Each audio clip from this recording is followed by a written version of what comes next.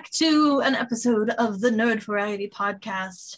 We're very excited to be here today. It's finally summertime and it's getting warm outside, and I'm happy to be here. I'm Hannah, and I'm joined by my other hosts. We got Hayden. Hi, I'm Hayden. Yes. And Josh. Hey, it's Josh. It is I, Josh. Yes, just Josh. Very excited about today. We're going to be talking about The Witcher. For anyone who doesn't know, The Witcher it's a TV show on Netflix. It's 3 video games and how many books? I was just actually trying to figure this out. I don't have all of them. I have most of them. I think it's about a total of maybe 8. Okay, my brain was telling me 6, but I've never read any of them, so I don't know why that number was in there. Well, I mean, my brain says 6 too. It's weird because they're the first 2 that came out, which are like a collection of short stories. And then you have like the numbered books in the series, which is 1, 2, 3, 4, 5, 6. And I think that's it, which is why maybe that's why we were thinking 6. That's what I was thinking, yeah. Possibly. But yeah, I'm pretty sure there's only 6 numbered ones. Unfortunately, it's annoying for me. I have 1, 2, 3, and 5. I'm having the same problem with this manga that I'm trying to collect right now. I have every volume up to 23 except 18, 19, and 21. And they're out of print. And so I found volume 18 on Amazon for $300. No. And I was like, what? So we'll see if that collection ever gets finished. Yeah. I don't know. Maybe I'll get lucky. I feel you. The struggle is with comics trying to, like, you want to read. Yeah. You can buy each entry into a series, like I tried to do with the Teen Titans Rebirth, but it's just like I'm just getting a whole lot of extra. I don't have enough space for all these. Yeah. I just need to get you just want to get the big collected edition of the big of a big story instead of and that's a lot of little issues of a big story. And that's my problem. I was like the graphic novels are. If you get like a graphic novel with like a story, like you get the main story arc, but it's all scattered throughout like different characters, like comic books, and then it's so weird. Yeah. Well, my thing is this manga that I'm trying to find. They have a new collector's edition, and I can find all of those, but I have 20 of the old ones, and so now I'm trying to find old ones, and they're not in print anymore, and I can't find them, and I'm like, I don't want ones that don't match my collection. So I went to a bookstore for the first time since quarantine, and I looked, and they didn't have them, but they did have the Witcher books, and I didn't buy them because I didn't know which one was first. Well, so I was like, should have just got all of them just to be on the safe side. Next time we see each other, I'll bring you the first 2. You just have to remind me and actually go to things that we go. I know. Yeah. So it's funny because I just listened to the media adaptations to see if we talked about The Witcher, and Hayden had said he was going to let you borrow the books beginning of last year. Oh yeah. Yep. We'll get around to it eventually. But yeah, we're talking about The Witcher today. So the first thing is, I just want to know sort of your guys' general impressions of kind of the world that they're set in, and the idea of a Witcher. As far as I know, like, this is the only piece of media that has like this idea of a Witcher, which is interesting to me because it's got so many other creatures, if you will, from other sorts of mythologies and stuff, vampires and werewolves and all sorts of things. And of course they're different, but like they're taking all of these same creatures, but then a Witcher is something brand new. So what do you guys think about like the idea of a Witcher? I think it's very interesting. It is interesting, and of course the first thought that you get, at least the first thought I got, was, obviously it's like a witch. Right. But it's not. Not which, really and like the thing is, I think it's just an interesting title because it does kind of make you just wonder, like, what does that mean? Because, and like he sort of, uses he sort of uses like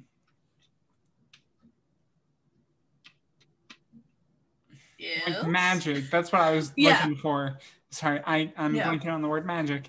Like he uses sort of spells, they're signs instead, but mostly, of course, he's he is a monster hunter, right? And just having that whole thing around like what they are is very fascinating because there's not really anything quite like them to my knowledge, right? Well, and I also think about how a witcher comes to be a witcher, which I can't remember if there's a name for that process, but like it's basically the idea that it's like a alchemical like surgery almost where they turn children into these witchers. It's like, oh, not like a very small percentage of them even survive, and the whole thing is fascinating to me. Josh, I can't remember exactly how much of that they go into in just the show. Do you remember? The way he describes it, it is a a process where there's he was one of several other boys that they attempt to witchify or witcherify. Sure. And it was very painful. They had especially having to fix their eyes to help them see in the dark and give them all these enhancements, kind of like you can kind of compare it to how they make super soldiers in other sci-fi media. Sure. But it's a painful process, and not all of them survive. That's the vibe I got from the TV series. Yeah, and that's about my understanding as well. Actually, talking about it now, it sort of makes me think of Dragon Age Origins, like with the Wardens. Have you guys played Dragon Age? Nope. Oh. Nope. Dang.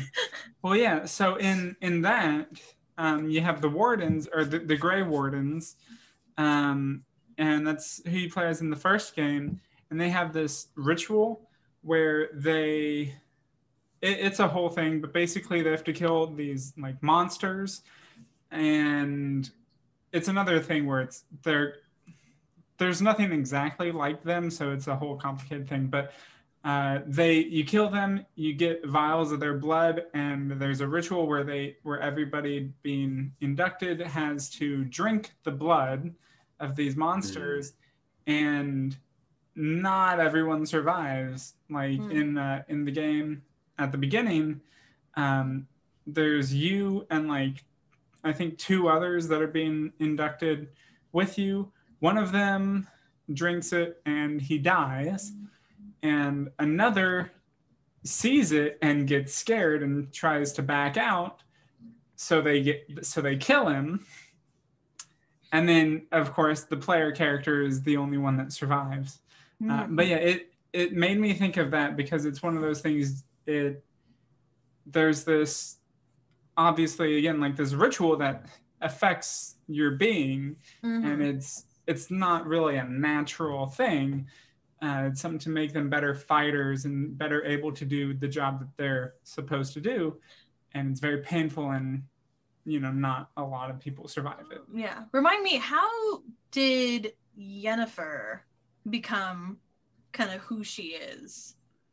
And because like I'm trying to like, did she go through a similar process? I want to say that it's not the same, but like I've always found it to be very complicated. Yeah. I think in the show they explain it more than they have in the books. At least at the point that I'm at in the books. Honestly, I've gotten lazy and I haven't. I've made it through 2 full books, and I'm in the first numbered one still. Maybe about halfway through, or probably less. But yeah, I don't think they really fully explain it by this point.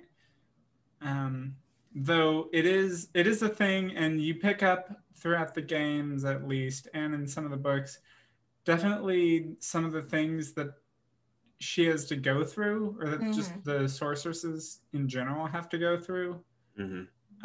Of course, there's the whole thing where like I think they essentially stop aging, and then of course they can't have children, which is a big thing. Big thing. Yeah, and it does. Again, they definitely go through this in the show. That it's a major thing. It definitely like changes their appearance. Well, it changes their body, like their structure, right? So that's a cool thing. I distinctly remember in the show, not all of the girls who were like initiates or whatever became. Do they call them witches? Do they call them? I can't remember what they call them. It should be the sorceresses. Yeah, that's what I was thinking. Sorceresses. Yeah, so a lot of the girls who were sort of trying to become sorceresses, they were not allowed to. They all were summoned because they had some kind of magical ability, or they used magic in some way, shape, or form. But during the training process, a lot of them didn't make the cut, or they didn't have enough skill to use it, so they turned them into power battery. Yeah. Yeah. So it's not like a side effect of going through the process that killed them. It's just people suck. Yeah. The organization sucks. Yeah. But it's still only a certain percentage of people make it through. So it's kind of similar.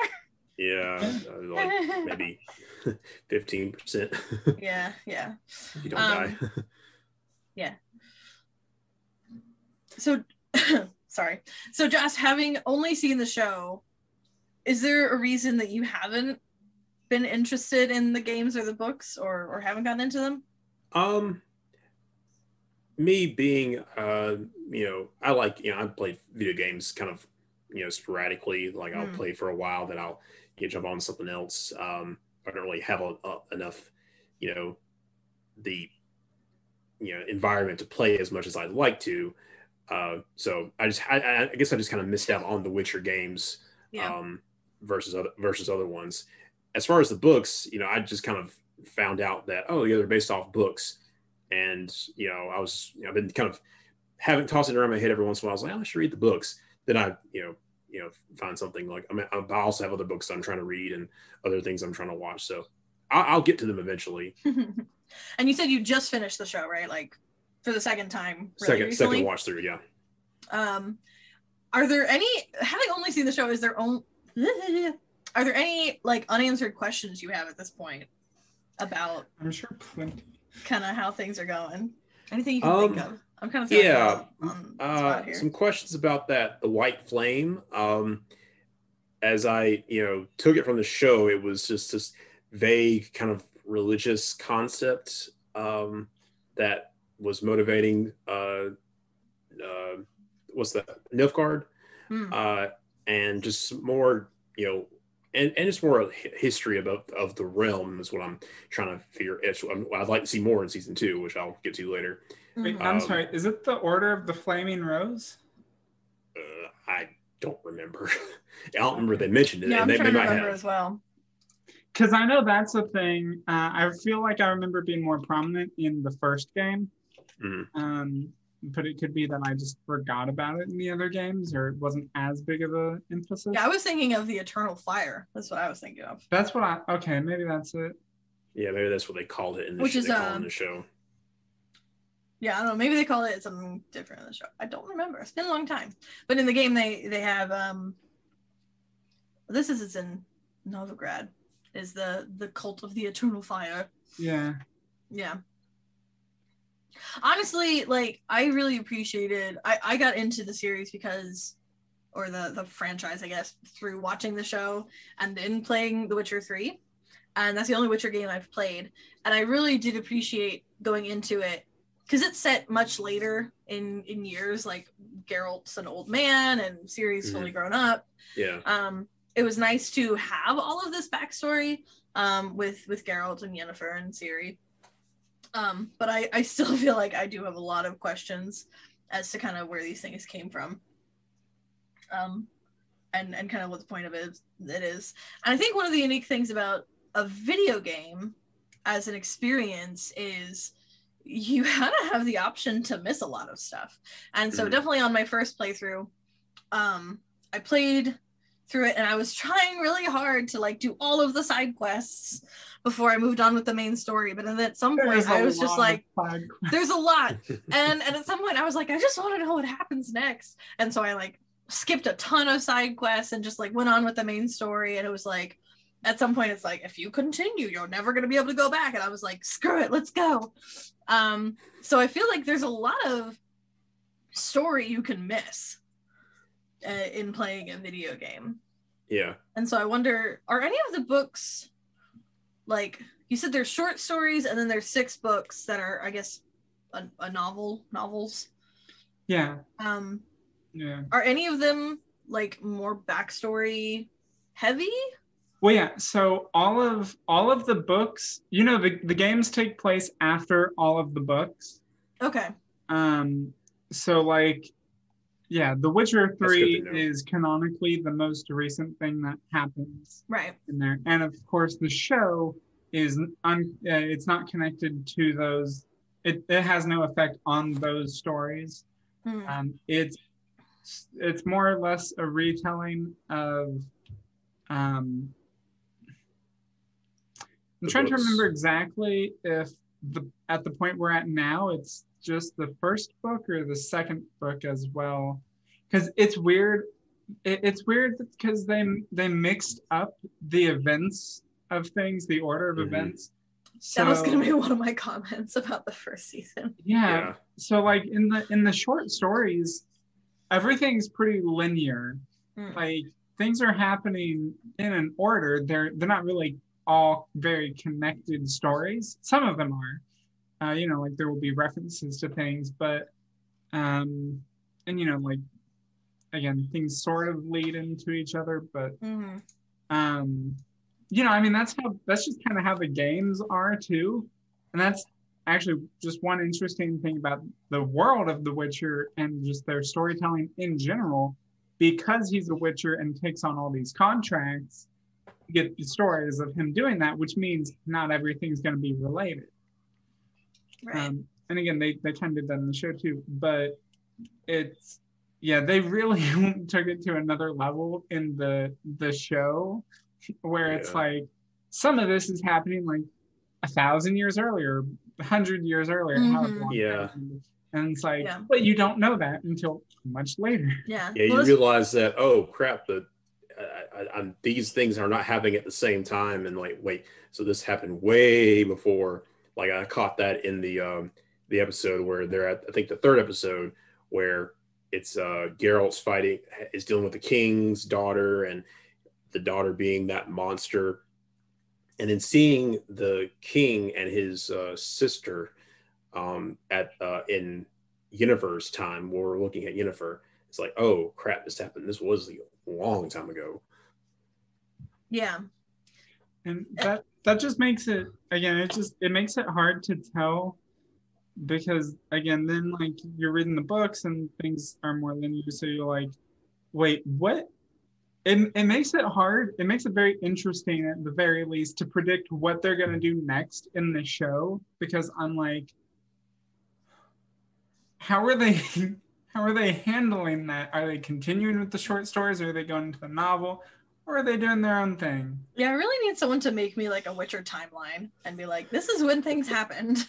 Because I'm like, especially, I can't imagine. Well, okay, let me say this.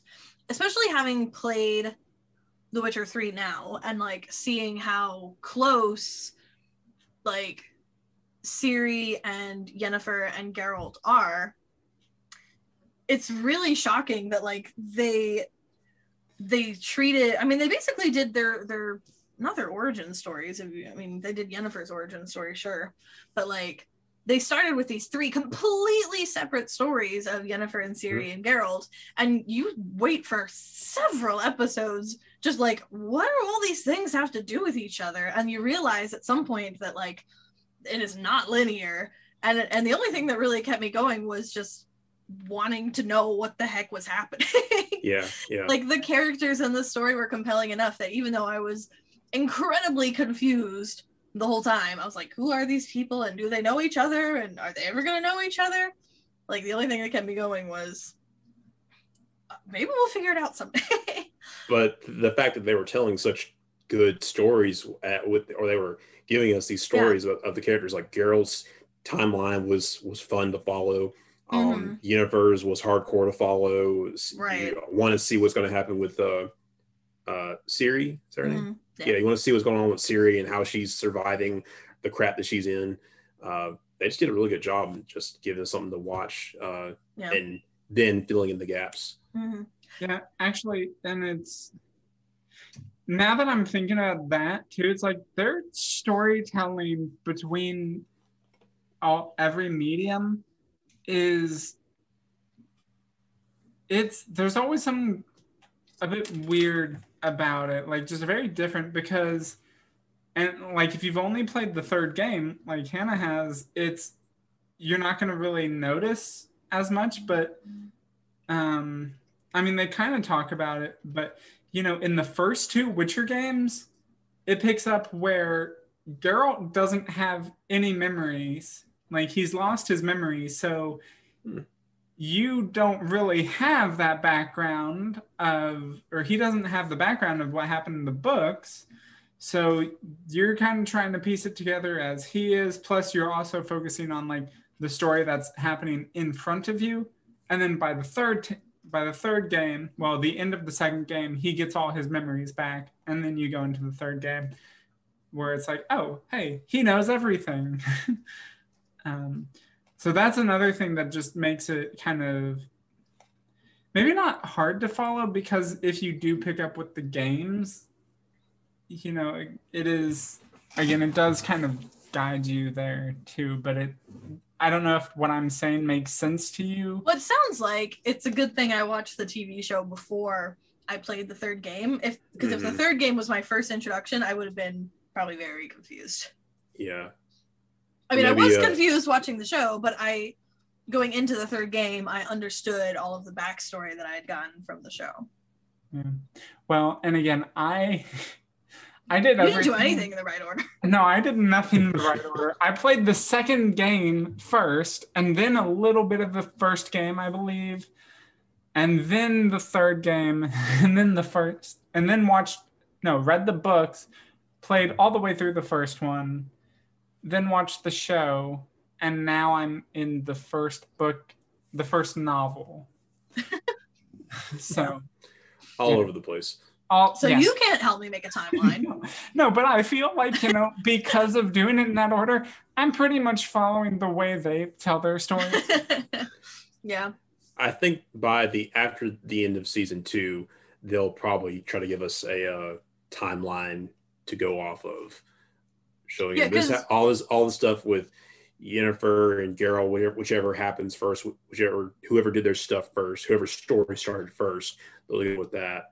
And then go into like show where all the events pop up in the timeline, and maybe in season 2 will be a little more streamlined with some flashbacks, of course, but more in the present day. Everybody dealing with the main issues. Yeah, which I'm not even sure I know what the main issue is anymore. Nilfgaard. Is that the issue? Well, Nilfgaard. The issue is Nilfgaard. I mean, wrecking everything. So. They killed everybody. People are trying to kill Ciri, right? Is that the thing? They want Ciri and they want to kill everybody else. Right. It's always complicated because, like, Nilfgaard is always sort of... Nilfgaard's never, like, the main enemy, which is something you pick up on, like, again, that's something they do in, like, throughout The Witcher 2. They build up to it, and then they like invade at the end of it. And then that's where you pick up in The Witcher 3, where they have invaded, and it's a whole thing. But that just kind of is the setting, but it's not really the overall threat. It's just one of the things that's happening, which that's a whole thing that I find really interesting about the Witcher series, is that it's very political. There's a lot of politics that goes on. For sure.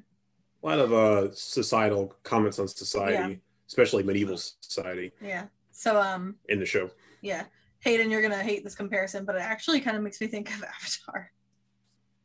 Specifically with it just being that, like, the big bad baddie of the series is Ozai, right? The Fire Lord. And you're like, we gotta go take down the Fire Lord. But, like, he's only in, like, 6 episodes, right? And, like, while on their journey to go and defeat the Fire Lord, they're going on so many, like, wandering paths, and they meet all these people who have had these totally fleshed out stories.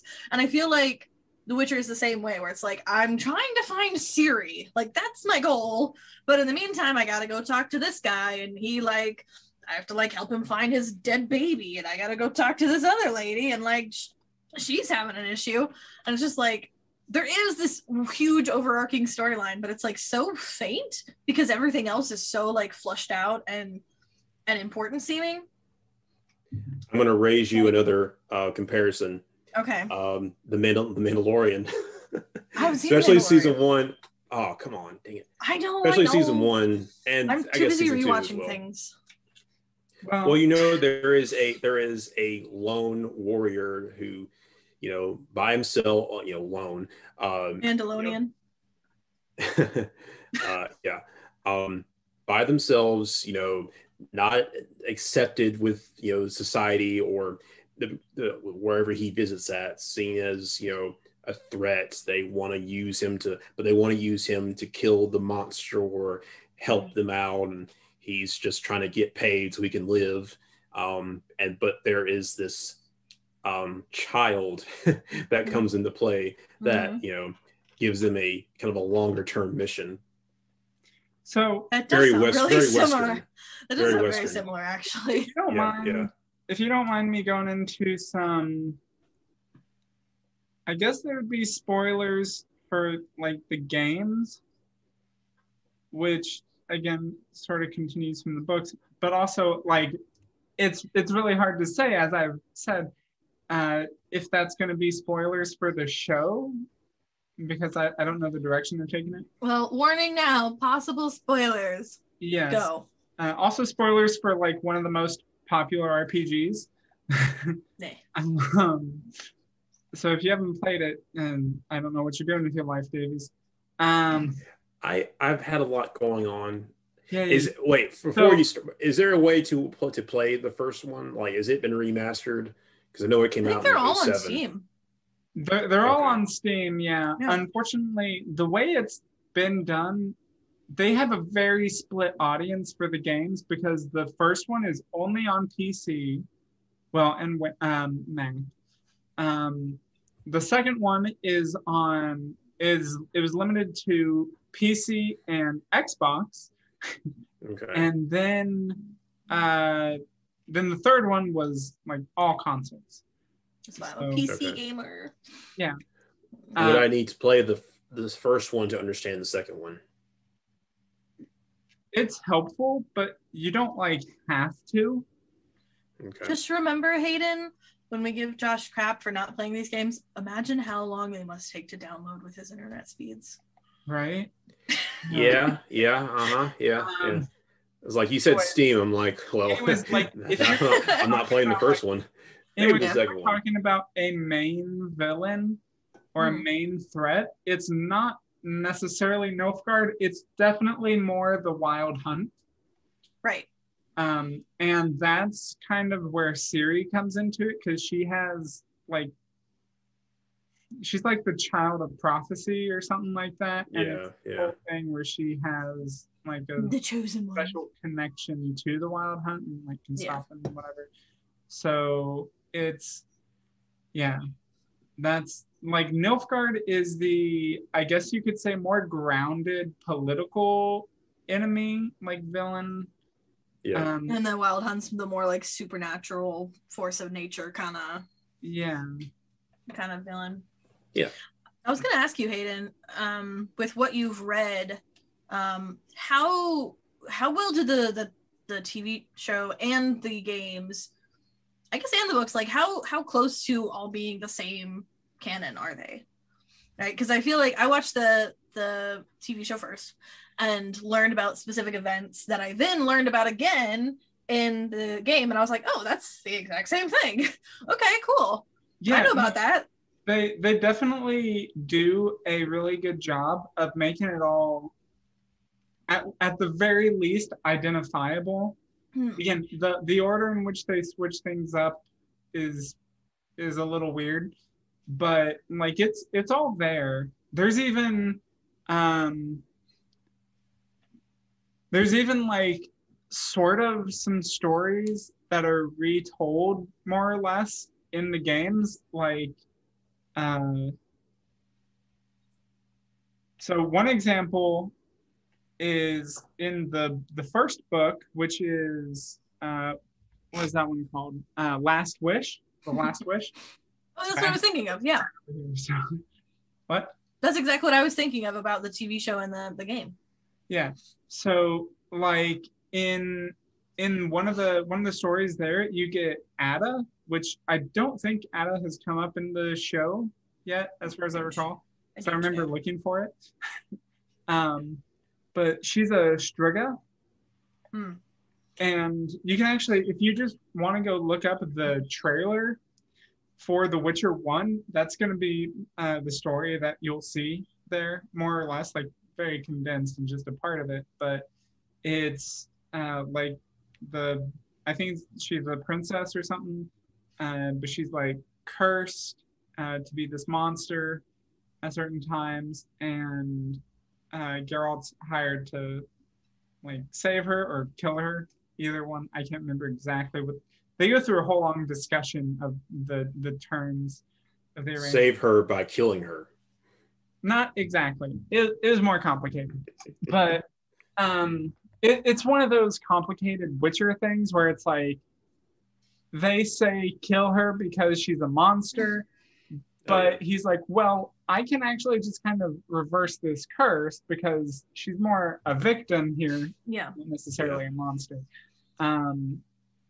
So they show, like, there's that whole story in the book, and then in the game, they kind of like revisit it. It's just like afterwards. So you do it like, you essentially revisit that story, but it's, I don't know exactly how to say it. Like the same situation comes up again, basically. I think I get what you're saying, because I was thinking about the bit where Yennefer's trying to work with the Jinn to be able to have kids, right? Is basically what's going on. And they talk about that a bunch in the TV show. And then in The Witcher 3, if you kind of like take her romantic side quest path, I think you eventually go and like find that same Jinn and take it down or whatever. But like it's links back to that story. And I was like, oh, okay. Like I see that we're not doing the same story as was in the show, but we're sort of revisiting it and commenting on it and talking about what happened and what was going on there and all that stuff. Yeah, and I think that's a really interesting way that they kind of try to let you in on these stories that you're likely not to have experienced or known about before. And just by saying like, hey, so this already happened, so we're not gonna like just go back in time and do it, but we're gonna let you in on it while progressing the story. So in our final minutes here, I want to talk about what we are hoping for or thinking we're gonna see in season 2 of the TV show, because it's coming out soon-ish. Later half of this year, like the last maybe between October and December of this year. Yeah, it's one of those things that was on hold because of quarantine, and now they're like, it's coming soon, and we're like, all right, what is that? I think even before like when after season 1 dropped, they were saying that it's going to be well over a year before the new season comes out. Do we know if Henry Cavill, I don't know, is he coming back? Yeah. He's already okay. They finished season 2 production. They did a whole thing of season two wrapped, and so I just thought there was something about like he wasn't gonna come back for a while there, and I don't know, because from what I heard, he didn't he beg for this role? I don't know. I thought he was like, please. That's what I heard, and I really appreciated him as Geralt, after getting to know the character. It's always weird though, because especially coming from the games, I'm like, I want him to look and sound exactly like that. Yeah, I really appreciate it. It was funny at first being like, like, what is this actor doing? Like, this character he's playing is so boring and like doesn't have any emotion. And I was like, oh, wait a second, that's Henry Cavill and he's supposed to be doing that, and got it. And then I was like, okay, actually he's doing a great job. I get it now. I understand, because you start to understand what a Witcher is. Yeah, this role works for him very well. Yeah, well, and the sort of the fact that you kind of initially see Geralt as like this unfeeling person, and then he lets his personality shine in really subtle ways. And I love how like sassy he is sometimes. I don't remember how much they play on that in the TV show, but in the games it's everywhere and I live for it. Yeah. It's wonderful, and it is one of those things that they also point out, other characters point out constantly about him. It's like, yeah, he keeps going on about like, I'm not emotional, I have no emotions. It's like, yeah, you do. You're surprisingly emotional for someone who's not supposed to have emotions. Yeah. Anyway, season 2. Yeah, I'm looking forward to the dynamic between Ciri, Geralt, and Yennefer. See how they all play off each other.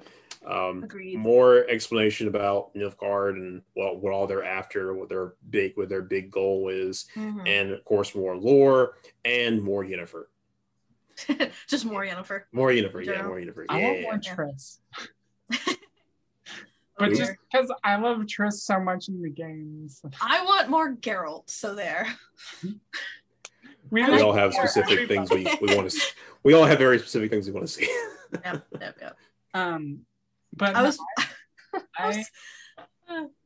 gonna say I am just very interested to see, as I've mentioned, where they go with the story exactly. If they kind of skip over like the second book, or if they skip over a lot of those stories to just move on to a more consistent story, or if they continue to kind of tell these like separate but loosely connected stories. I'm definitely. Go ahead, Hannah. Go ahead. I was gonna say I'm definitely gonna have to rewatch season 1 before we get into season 2, because like, especially having played the game, I'm like still confused as to the timeline. But I'm curious to see kind of where they go, and if sort of all of the timelines converge, or whether they are kind of still doing their own things, or how that all works together. Because it seems like even in the game, they kind of come in and out of each other's lives a lot. Yeah. So curious to see how that plays out. Looking forward to see how they, how many seasons they can do and how much of the series they can adapt into the show.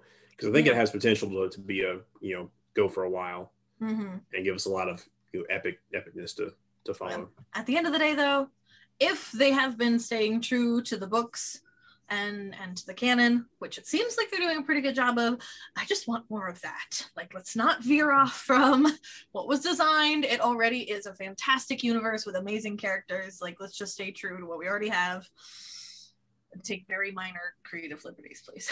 Yes, sirree. That's where I'm at. But that's it for today. What are we talking about next time?